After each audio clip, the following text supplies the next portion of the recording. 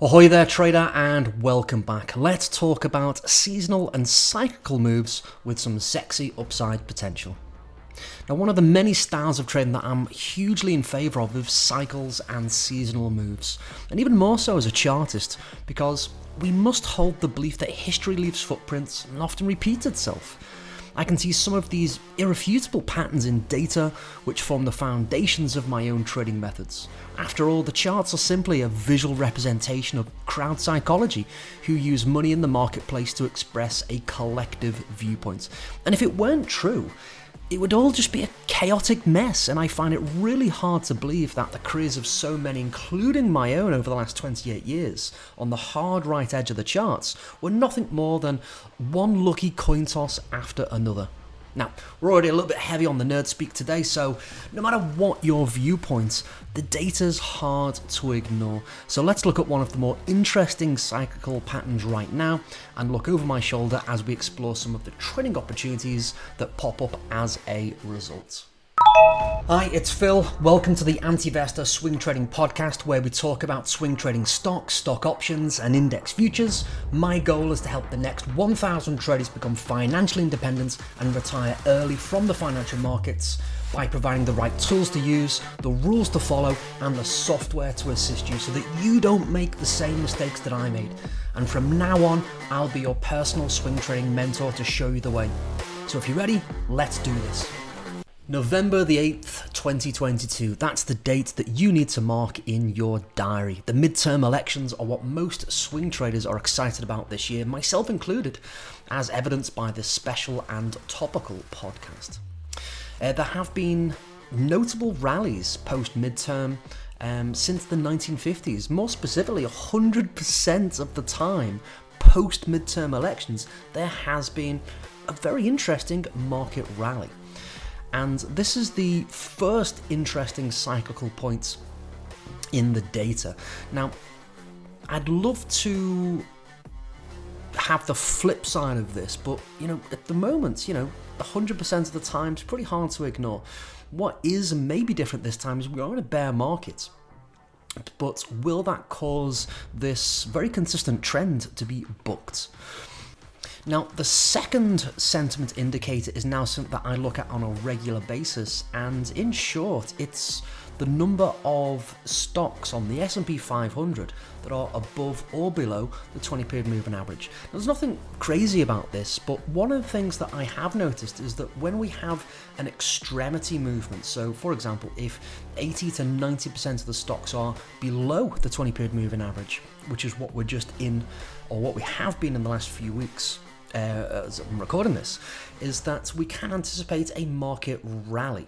Now, similarly, when 80 to 90% of the stocks are above the 20-period moving average, then again in the following 7 to 10 days, we can expect a market sell-off. The sentiment in both cases is to shift in the opposite direction.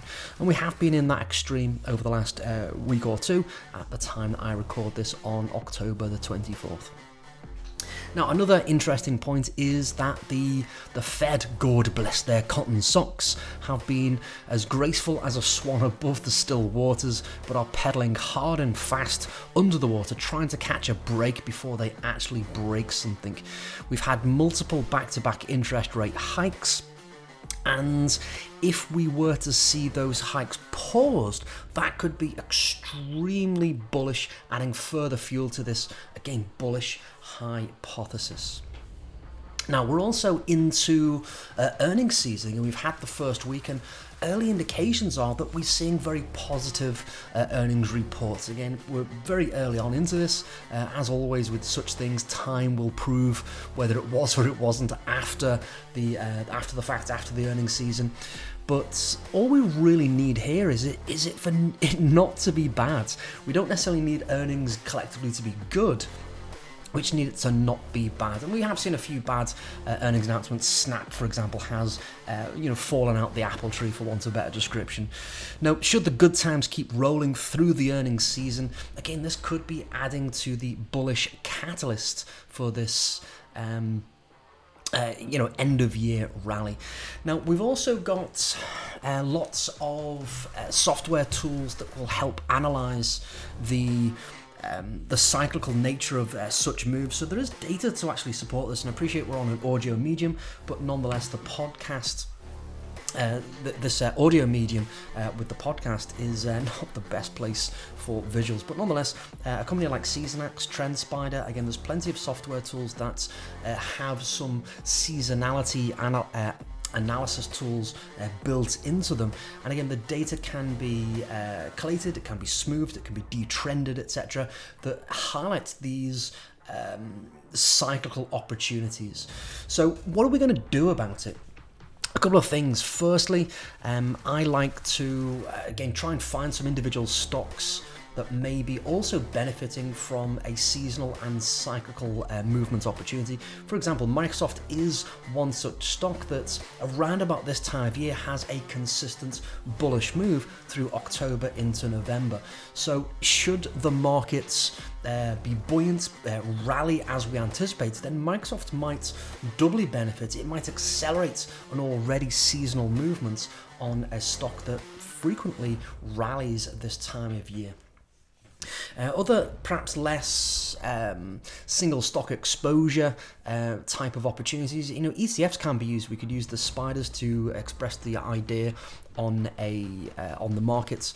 You could use an inverted ETF like SH if you wanted a kind of lower cost or budget type option. Certainly looking at individual sectors, the energy sector, for example, has been very bullish from pretty much this time last year when we first started looking at seasonal and cyclical opportunities again in the energy sector. The point is that if the market as a whole is going to rally, then those opportunities that are already bullish, again, might have that next push higher magnified. Now, it is my normal practice to use stock options as an alternative to trading stock. Again, I plan on looking at Microsoft as my stock of choice. I've already got exposure to the energy sector, so I don't need to do anything in addition to what I'm already doing. I also plan to be a little bit more aggressive on my S&P strategy. The primary thing there is to capture the main move of the day, but what I can also do with this is, because I have a multi-week bullish viewpoint, is I can use the day trade strategy on the bullish side to try and capture initially the main move of the day, but to use the same setup to try and position myself and compound into what could be an interesting multi-week bullish movement. Now, all of this does assume that the bullish move happens, so just because I have this hypothesis, it doesn't mean that it's an automatic buy signal or opportunity. I don't believe in such things. So I've got this viewpoint that there is potentially a high expectation that there will be a bullish movement. So what I can do is I can actively look for bullish setups in the usual way as per the strategy that I'm already trading, and use it to increase my position size, potentially be more aggressive, and generally take advantage of this seasonal and cyclical behaviors which have post midterms have been playing out very consistently since the 1950s. This end of year rally, the post midterm rally, the seasonality of individual stocks. If the interest rate hikes get paused, then that could add a layer of bullishness. And again, even if the earnings season isn't great, as long as it's not bad, this could just compound and accelerate that movement. So that's what I plan on doing at the moment. Again, a very topical, very seasonal expectation that as we come into the end of October, beginning of November, and certainly as we hit the 8th of November, we go into the official post-midterm time period, then we are looking at having increased exposure to the opportunities that may present themselves. Again, as always, I reserve the right to change my mind. None of this is financial advice. I've got to say that. This is just what I'm doing and what I'm seeing and how I plan to trade the coming opportunities, and obviously seek financial advice for what you may do and what is right for you. Speak to a professional as always. So with that said, I think that's everything. If you like what you heard today, be sure to follow and listen to the very first episode where I map out my primary strategy, which is a part of the production line trading system. That's all for today. Thank you for giving me your time and attention and making me a part of your regular routine. You wascally wabbits. Have a wonderful day and speak to you the same time next time. Toodaloo, trader. Keep in mind that futures, options on futures, stocks and stock option trading involves a degree of risk that may not be suitable for all investors. Past performance is no guarantee of future performance. Anti-Investor provides educational information and does not provide financial advice.